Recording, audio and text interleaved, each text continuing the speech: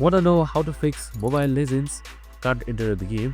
Well, no worries. In this video, I'm going to show you an easy step-by-step guide on how you can do it.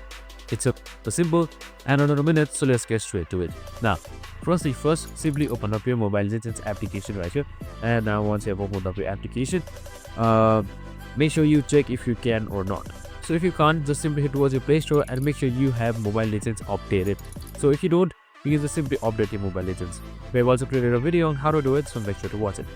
So if that still doesn't work, what you can do is you can just simply hold on to the Mobile Legends application, head towards its app info, and on the bottom right side you should be seeing clear all data right here. So you can just simply select it and then select clear data.